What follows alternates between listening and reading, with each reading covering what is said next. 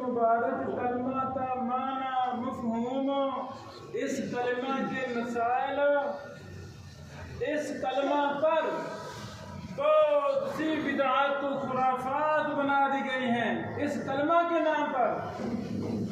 तो पहले हम कलमा का माना मफहूम, कलमा के तकाज़े,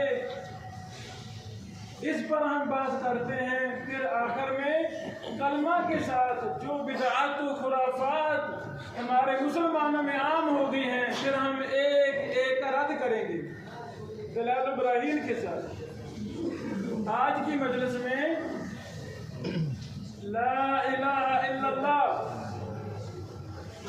इसका पहला तकाजा, सबसे पहला तकाजा ये है कि हमें कलमा सही पढ़ना आ जाए। अल्लाह अकबर। यानी कितने मुसलमान हैं, मैंने खुद उनसे सुना, चाचू जी, मामू जी, कलमा सुनाए, मुसलमान है, मोहब्बत है, सब कुछ है, कलमा सही पढ़ना नहीं आता।